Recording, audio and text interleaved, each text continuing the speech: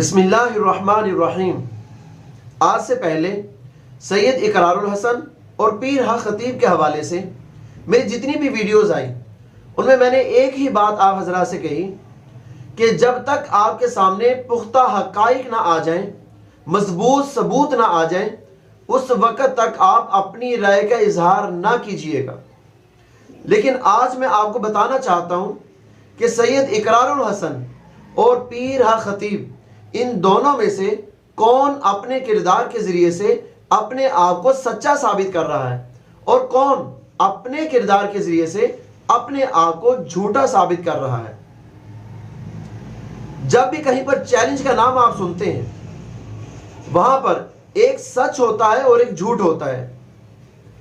हमेशा जब भी झूठ ने सच को चैलेंज किया, सच ने झूठ के चैलेंज को फौरी तौर पर कबूल किया है।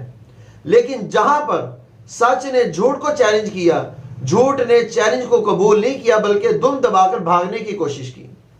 मैं एक मिसाल आपको देता हूं। पीर महर अली शाह साहब रहमतुल्लाह अलैह, सारा जमाना उनसे वाकिफ है कि अल्लाह ताला के एक नेक इंसान थे, अल्लाह के वली थे। उनके ज़माने में एक फितना उभरा, फितना कादियानियत। फितना कादियानियत के बानी मिर्ज़ा गुलाम अहमद कादियानी ने पीर महर अली शाह साहब रहमतुल्लाह अलैह को चैलेंज दिया। कहा कि पीर साहब, आप सूरह फातिहा की तफसीर लिखें, मैं भी सूरह फातिहा की तफसीर लिखता हूँ। जिसकी तफसीर अच्छी होगी, हुजम ज़्यादा होगा, वो सच्चा होगा, और जिसकी तफसीर अच्छी नहीं होगी, हुजम ज़्यादा नहीं होगा, वो झूठा होगा। देखिए यहाँ पर झूठ चैलेंज दे रहा है सच को, तो पीर महर अली शाह साहब रहमतुल्लाह अलैह सच्चे थे, फौरी तौर पर मिर्ज़ा कादियानी के इस चैलेंज को कबूल कर लिया। और फिर कबूल करने के बाद पीर महर अली शाह साहब रहमतुल्लाह अलैह ने फरमाया कि ए मिर्ज़ा कादियानी, सूरह फातिहा की तफसीर बंद कमरे में नहीं लिखी जाएगी, बल्कि अंदाज ये होगा, जगह तय कर लो, वक़्त तय कर लो, वहां पर सारी दुनिया देखने वाली होगी। कलम और कागज़ तुम भी ले आना, कलम और कागज़ मैं भी ले आऊँगा। जिसके कलम ने कागज़ के ऊपर खुद ब खुद सूरह फातिहा की तफसीर लिखी, वो सच्चा होगा।